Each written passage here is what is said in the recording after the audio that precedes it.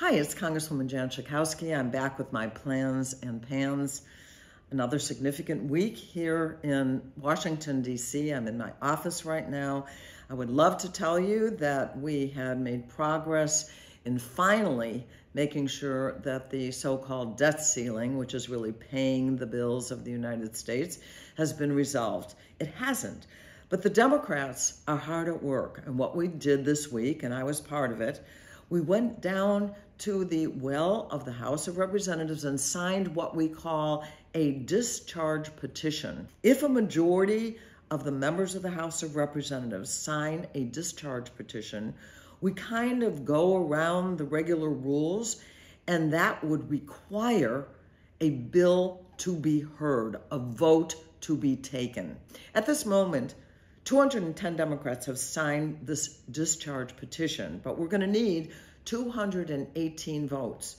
So we're going to get a couple more Democrats, I'm sure of that, but then we're going to need several of the Republicans. Now, I know that there are a number of Republicans right now who believe that we should not put our economy in default. Janet Yellen has said that actually June 1st is the deadline for us paying the bills, after which it will be really difficult and there will be some real terrible consequences in my 9th Congressional District and all over the country. So I wanted to tell you, what are the consequences of default in the 9th Congressional District? 220,000 people could potentially lose then their Medicare, Medicaid, and veterans benefits. 7,700 jobs would be eliminated. 97,800 people near retirement could potentially, if this all happens, lose their retirement savings. And 82,000 families could lose Social Security payments. In other words, those payments could be held up. So, this is a big deal. And there's no excuse for not doing what the Constitution says we have to do, and that is pay the debts of the United States of America. If we want to get involved in budget negotiations later on in September, and the Republicans want to say we should spend less here or less there, which I won't agree with, I'm sure, that's one thing. But to go into default is irresponsible.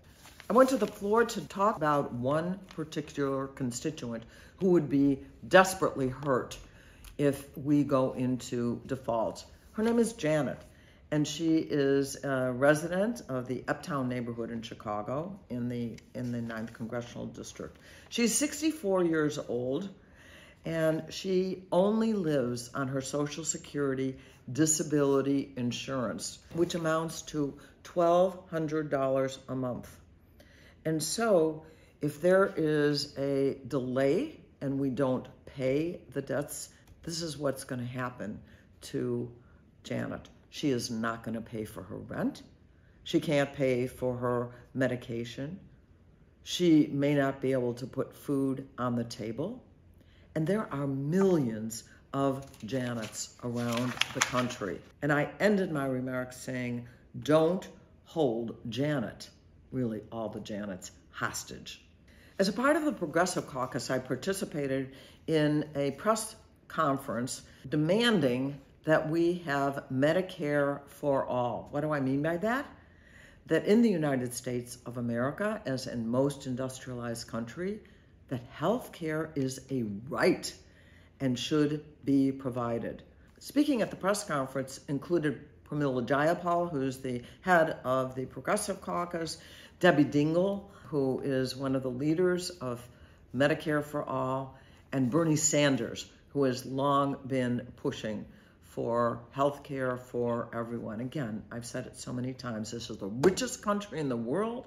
Certainly, we can afford to make sure that so many people, 85 million Americans, do not have health insurance, do not have guaranteed health care.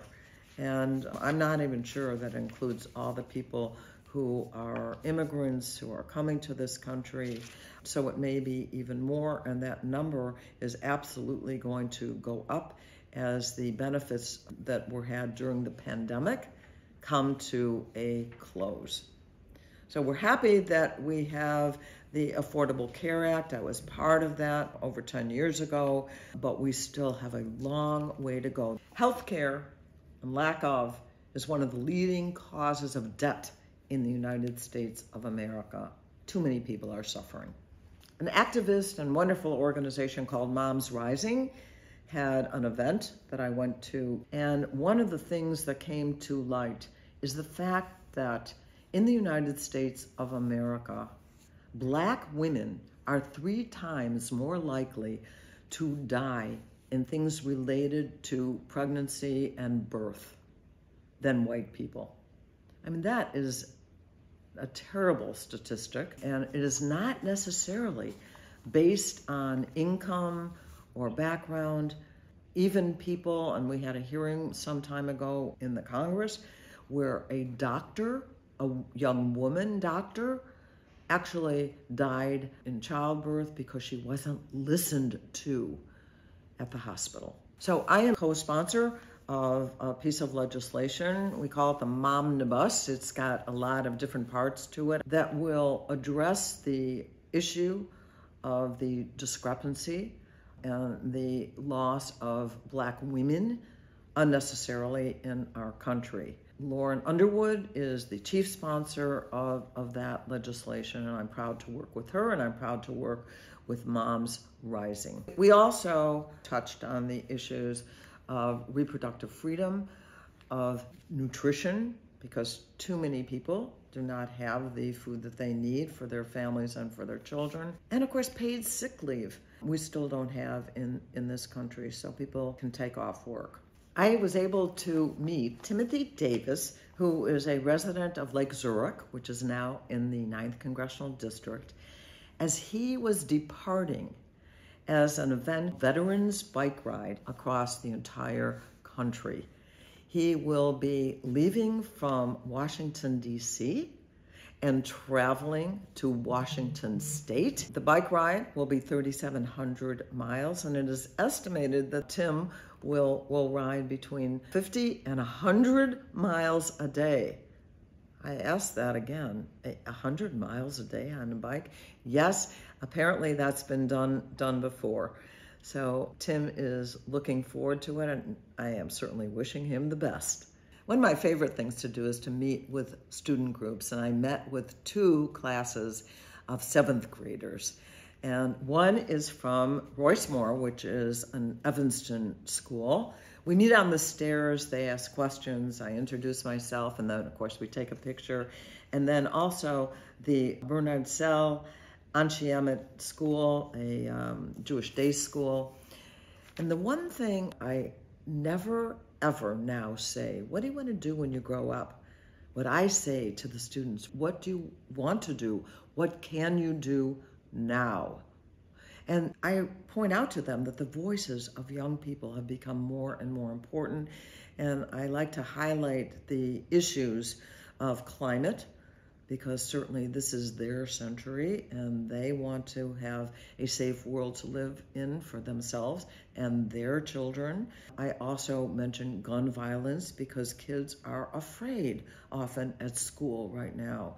They're having these drills about shooters, and we want them to speak out so that they can feel safe at school.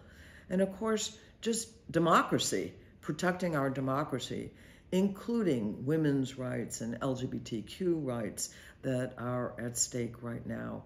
And they were wonderful, wonderful students. It was fun to be with them. So May happens to be Jewish American Heritage Month, and I was invited as a Jew to come to the White House. Joe Biden hosted us there. It was fantastic. There was musical entertainment. The military bands were playing all kinds of klezmer music, Yiddish music. It was fantastic. So those of you who want to celebrate, whether you're Jewish or not, it is Jewish American Heritage Month now in May. Thanks so much. I appreciate your listening to me, and I'll see you next week. Thank you for watching my video. Make sure you subscribe to my YouTube channel and follow me on Instagram, Twitter, and Facebook, where my handle is @Jan Schakowsky.